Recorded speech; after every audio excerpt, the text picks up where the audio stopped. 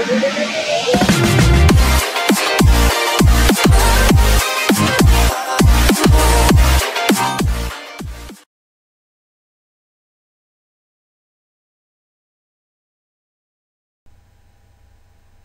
umaga sa lahat ng mga mag-aaral sa ika-6 na baitang.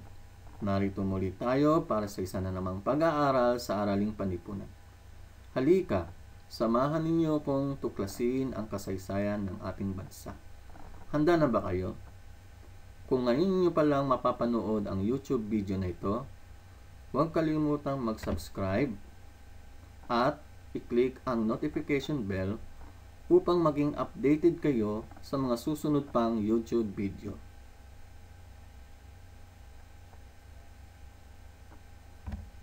Ang paksa na aking tatalakayin ngayon sa araw na ito, pagsusumikap ng mga Pilipino tungo sa pagtatatag ng sariling pamahalaan.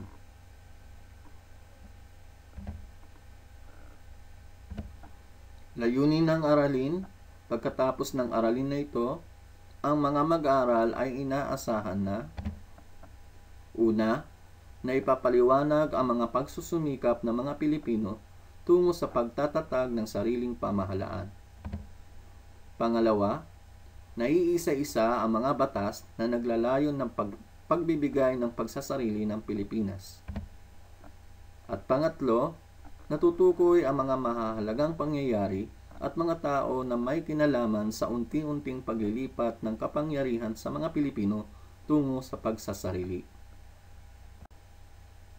Pero bago muna tayo magsimula, ay magkaroon muna tayo ng balik-aral sa nakakalipas ninyong aralin. Natatandaan niyo pa ba ang inyong nakalipas na aralin? Tama!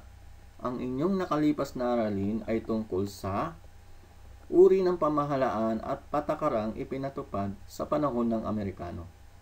Ngayon, magkaroon tayo ng isang pagsasanay kung naaalala nyo pa ang aralin na yun. Handa na ba kayo? Number 1.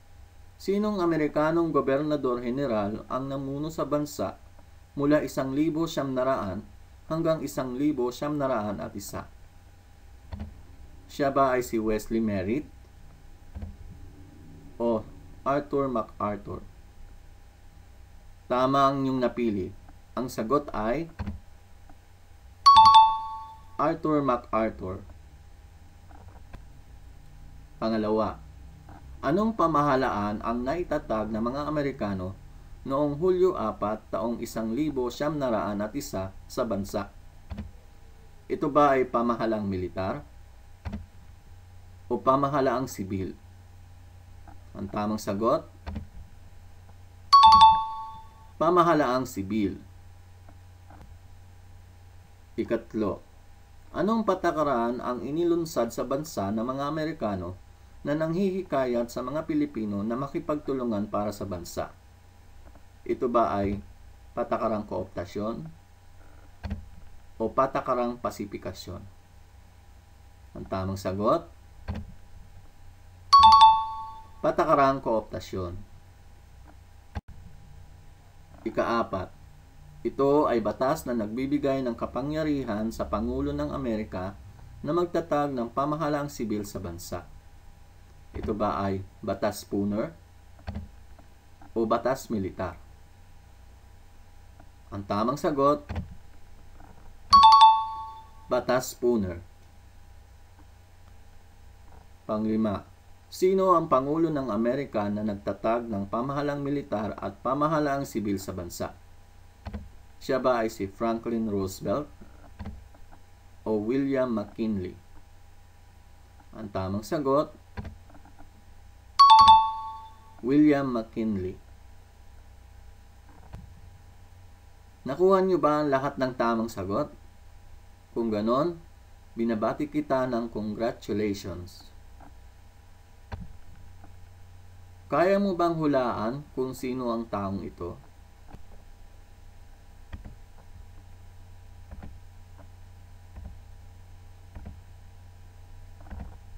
Nahuhulaan niyo na kung sino siya? Tama. Siya ang ama ng pambansang wika. Siya ay si Manuel Luis Quezon. Ano ba ang dapat mong malaman sa aralin na ito? Ano ang mga pangyayaring nagbigay daan sa Pilipinas para sa pagtatatag ng sariling pamahalaan? Sino ang mga taong may kinalaman dito? Anong mga batas ang inilunsad para sa bansa sa pagtatatag ng sariling pamahalaan? Pagsusumikap ng mga Pilipino tungo sa pagtatatag ng sariling pamahalaan. Nagpasa ng isang resolusyon sa Asembleya ng Pilipinas na magtatatag ng Komisyong Pangkalayaan na isang mungkahi sa Amerika na pagbibigay ng ganap na kalayaan sa Pilipinas. Ipinasa ito noong Nobyembre 7, taong 1918. Ang unang misyong pangkalayaan ay binuo ng 40 kasapi sa pamumuno ni Manuel Luis Quezon na umalis patungong Estados Unidos noong Pebrero 23, 1919. Misyong Pangkalayaan. Inilahad ng misyon ang kagustuhan ng mga Pilipinong makamit ang kalayaan at ang paniniwalang ibibigay ito ng Amerika.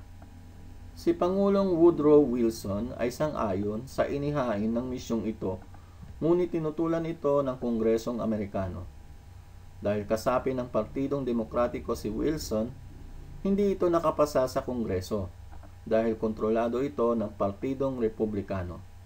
Pagkatapos ng unang misyon, nagpadala pa ng 12 misyon mula 1919 hanggang 1933. Narito ang mga iba pang misyon pagkatapos ng unang misyong pangkalayaan noong 1919. Noong taong 1922, nanguna sa misyon ay sina Sergio Osmeña at Manuel Rojas. Ang layunin ng kanilang misyon, ipagpatuloy ang paghingi ng kalayaan ng Pilipinas sa Amerika. Subalit nabigo ang kanilang misyon dahil hindi sila pinayagan ng Pangulo ng Amerika na si Pangulong Warren Harding. Ayon sa kanya, hindi pa napapanahon na ibigay sa Pilipinas ang hinihingi nitong kalayaan. Noong taong 1923, nanguna naman sa misyon ay si Manuel Rojas. Ang kanyang layunin ay magbigay ng pahayag tungkol sa tunay na kalayaan at kautusan na alitan ng mga mambabatas na Pilipino at Leonard Wood. Ang kinalabasan, tumanggi si Calvin Coolidge at sinabing hindi makabubuti sa Pilipinas ang paghihiwalay nito sa Estados Unidos. Noong taong 1924, nanguna sa misyon ay sina Sergio Osmeña, Manuel Luis Quezon, Claro M. Recto at Manuel Rojas. Ang kanilang misyon, itaguyod ang panukalang batas ni Fairfield tungo sa kalayaan ng Pilipinas sa paniniwalang ito ay maibibigay ng Estados Unidos. Subalit nabigo ang kanilang misyon. Noong 1926, nanguna naman sa misyon ay si Sergio Osmeña Sr. Ang kanyang misyon, hingi ng kalayaan ng Pilipinas sa Amerika. Subalit nabigo din ang kanyang misyon dahil walang interes ang pamahalaang Amerikano. Noong sumunod na taon ng misyon, noong taong 1927, nanguna sa misyon ay si Manuel Luis Quezon. Ang kanyang layunin ay pabulaanan ang ulat ni Colonel Carmit Thompson sa Pilipinas. Subalit nabigo ang misyon na ito. Noong 1930, bumalik si Manuel L. Quezon sa Amerika upang hingin ang kalayaan ng Pilipinas sa Estados Unidos. Subalit nabigo ang kanyang misyon. Noong 1931, nanguna naman sa misyon na ito ay sina Sergio Osmeña Sr. at Manuel Rojas. Tinawag nilang ang misyon na ito bilang OSROX. Ang kanilang misyon ay maghanap ng batas na magbibigay ng kalayaan ng Pilipinas sa Amerika. Hindi naman nabigo ang kanilang misyon dahil naidala nila sa Pilipinas ang batas na maaaring magbigay ng kalayaan sa Pilipinas na tinatawag na Batas Hair House Cutting. Noong taong 1933, nanguna naman sa misyon na ito ay si Manuel Luis Quezon. Ang kanyang layunin ay maghanap ng iba pang batas na magbibigay ng kalayaan sa Pilipinas kaysa sa Batas Hair House Cutting. Hindi naman siya nabigo sa kanyang misyon dahil napagtibay ang Batas Tidings-McDuffie na magbibigay ng ganap na kalayaan sa Pilipinas pagsapit nito ng 1946. Kilala mo ba sila? Tama. Sila ay sina Manuel Rojas at Sergio Osmeña Sr. Misyong Osrox. Ang Misyong Osrox ay isang kampanya na pinangungunahan ni Sergio Osmeña Sr. at Manuel Rojas na naglalayon na makamit ang pagkilala ng Estados Unidos sa kalayaan ng Pilipinas at pamumuno sa sarili ng Pilipinas. Ang Batas Hair House Cutting ay pinagtalunan sa Kongreso nang dumating ang misyon sa Estados Unidos. Sinumportahan ng misyon ang batas nito bagamat may mga probisyong ito na hindi mabuti para sa Pilipinas. Naging bunga ng misyong ito ang pagpapatibay ng nasabing batas noong 1932. Ayon dito, ipagkakaloob sa Pilipinas ang kalayaan matapos ang 10 taong paghahanda. May 4 na batas na ginawa para mapalawig o mapalawak ang partisipasyon ng mga Pilipino sa pamahalang Amerikano. Tinawag itong batas sa pagsasarili.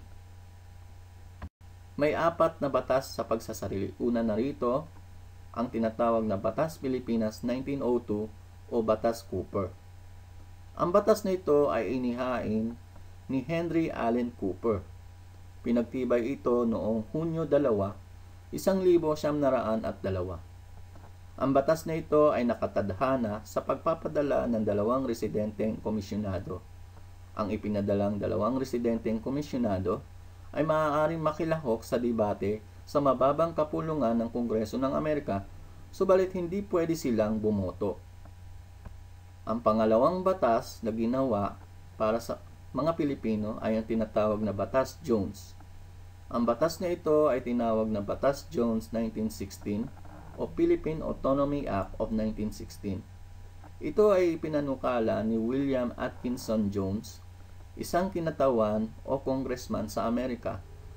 Pinagtibay ito ni Pangulong Woodrow Wilson noong Agosto 20, 1916. Itinatadhana ng batas nito ang pagkakaloob ng kapangyarihang pambatasan sa 2 kapulungan, ang Senado at ang mababang kapulungan.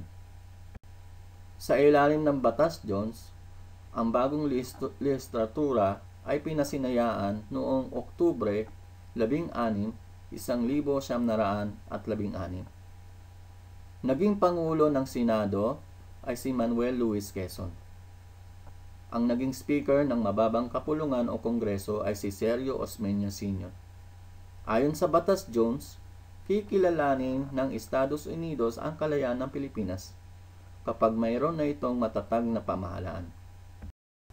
Batas Hair House Cutting. Ang Batas Hair House Cutting ay ipinanukala ng 3 Amerikano.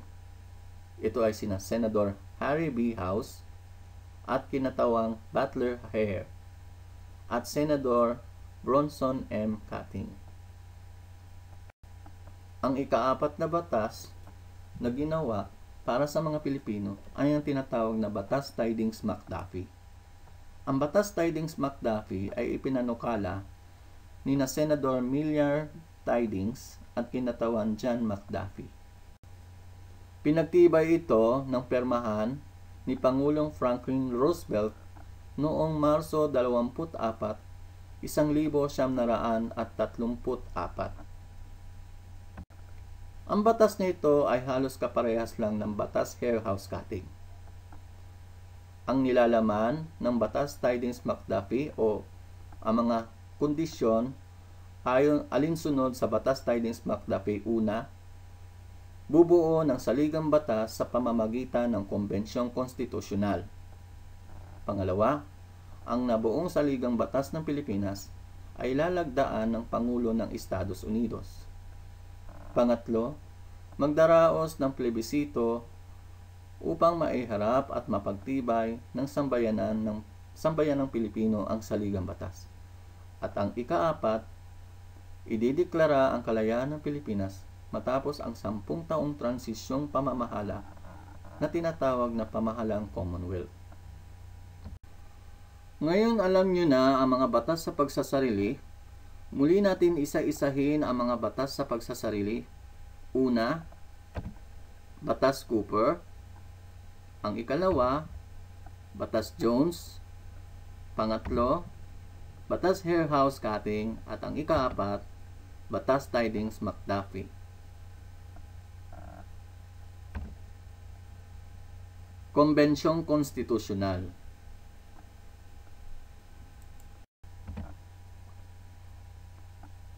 Kombensyong Konstitusyonal. Noong Hulyo 4, taong 1934, nagkaroon ng halalan sa pagkadelegado para sa paghahanda sa saligang batas. Nahalal bilang Pangulo ng Kombensyon ay si Claro M. Recto. Nagkaroon ng asembleya o kombensyon para sa pagbabalangkas ng Saligang Batas 1935. Pinagtalunan at pinag-usapan ng ilang buwan ang mga tadhana ng Saligang Batas, ngunit napagtibay pa rin ito noong Pebrero 8, 1935. Ang Saligang Batas ng 1935.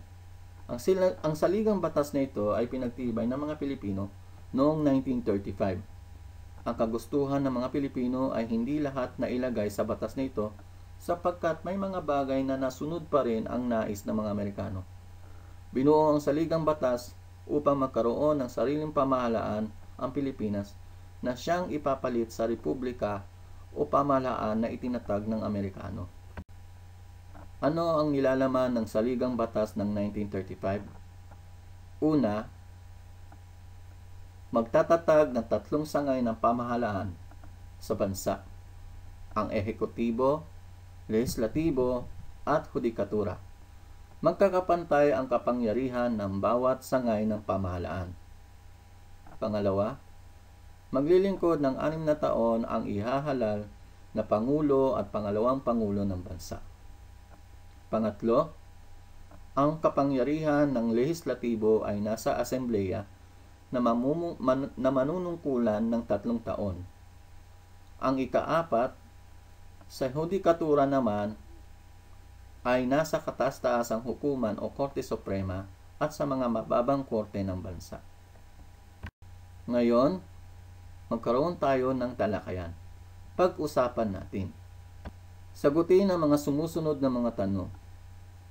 Meron kayong 5 segundo upang isipin ang tamang sagot. Handa na ba kayo? Una, bakit nabigo ang unang misyong pangkalayaan na ipinadala ng Pilipinas sa Amerika?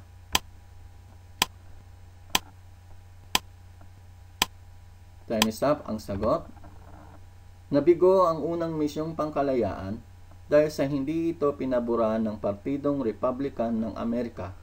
Mas marami ang Republican kaysa sa Democrat, kaya nabigo ang panukala na bigyan ng ganap na kalayaan ang Pilipinas. Pangalawa, bakit nilagdaan ang Batas Hair House Cutting sa Amerika?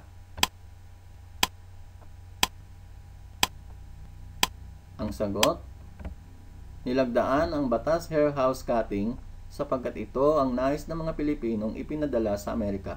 Nakilalanin ng Amerika ang Pilipinas bilang isang malayang bansa at mabagyan ng sarili nitong pamamahala. Ikatlo, ano ang mga batas sa pagsasarili ang ginawa para mapalawak ang partisipasyon ng mga Pilipino sa pamahalaang itinatag ng mga Amerikano sa bansa? Ang sagot, may 4 na batas sa pagsasarili ang ginawa para sa mga Pilipino.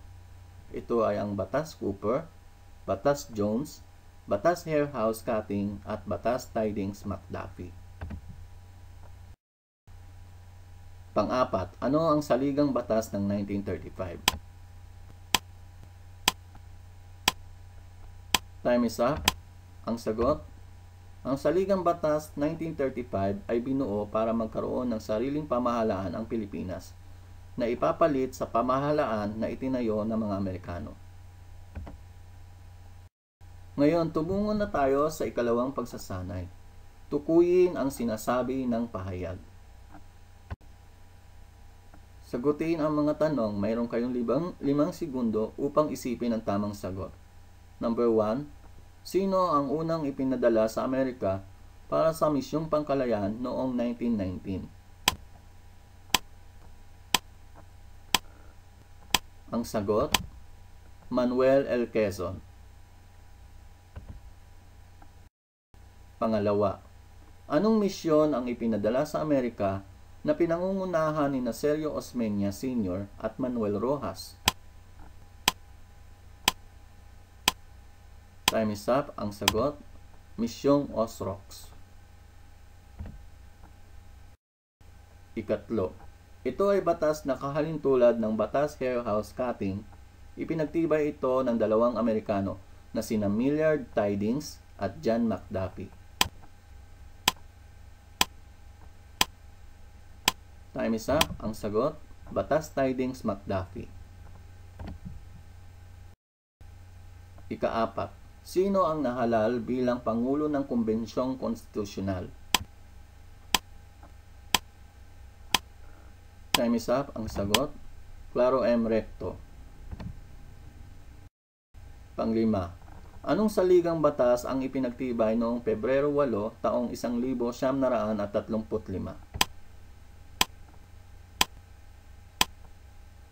Ang sagot, Saligang Batas 1935. Tama ba lahat ang nakuha ninyong sagot?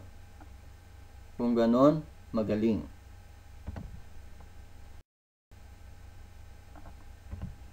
Kailan nagsimula ang unang misyong pangkalayaan? Ano ang ininumungkahi ng misyong pangkalayaan? Ano ang itinatadhana ng Saligang Batas ng 1935? Tandaan, nagsimula ang unang misyong pangkalayaan noong 1919 at natapos ito hanggang 1933. May 12 misyong pangkalayaan ang ipinadala ng Pilipinas sa Amerika. Ang hangarin ng misyong pangkalayaan ay magmungkahi sa Estados Unidos na ibigay ang ganap na kalayaan sa Pilipinas, kilalanin ang pagiging malayang bansa nito, at ihanda ang Pilipinas para sa pagkakaroon ng sariling pamahalaan. Itinadhana ang Saligang Batas 1935 para sa pagkakaroon ng 3 sangay ng pamahalaan. Una na rito ang ehekutibo, pangalawa lehislatibo, at ang pangatlo, hudikatura. Ngayon, oras na para sa isang maikling pagsusulit. Ihanda ang panulat at papel. Maaaring i-pause ang video upang isipin ang tamang sagot. Handa na ba kayo? Panuto. Piliin ang titik ng tamang sagot. Number 1. Kailan ipinadala ang unang misyong pangkalayaan ng Pilipinas sa Amerika? A. 1918. B. 1919. C. 1920. O letter D. 1921.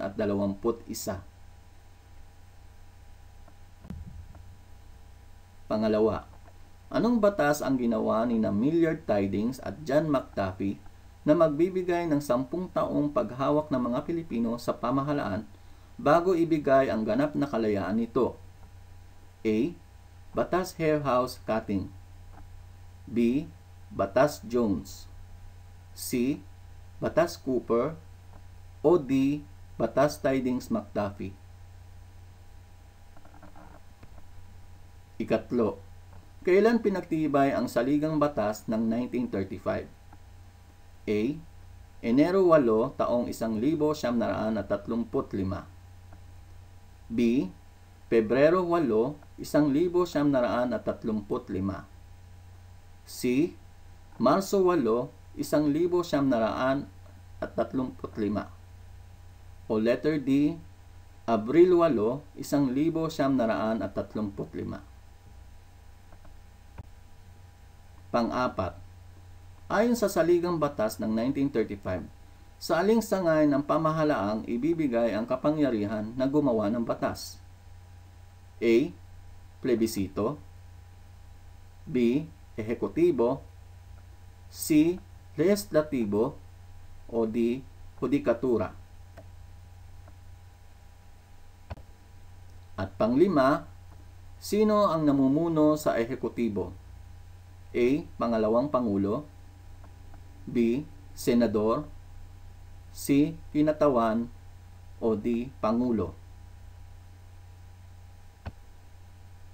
Gusto niyo bang malaman ang mga tamang sagot?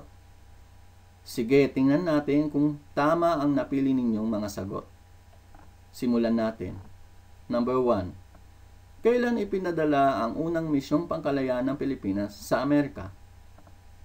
Ang tamang sagot, letter B, 1911. Pangalawa, anong batas ang ginawa ni Millard Tydings at John McDuffie na nagbibigay ng 10 taong paghawak ng mga Pilipino sa pamahalaan bago ibigay ang ganap na kalayaan nito? Ang tamang sagot, letter D, Batas Tydings-McDuffie. Ikatlo, kailan pinagtibay ang Saligang Batas ng 1935? Ang tamang sagot, letter B, Pebrero 8, taong 1935. Ika-4, ayon sa Saligang Batas ng 1935, sa aling sangay ng pamahalaan ibibigay ang kapangyarihan na gumawa ng batas? Ang tamang sagot, letter C, Lehislatibo. Pang-5, sino ang namumuno sa ehekutibo? Ang tamang sagot, letter D, Pangulo. Tama ba lahat ang inyong nakuhang sagot? Kung ganon, magaling. Sana naibigan ninyo ang bidyong ito. Maraming salamat sa panonood at pakikinig.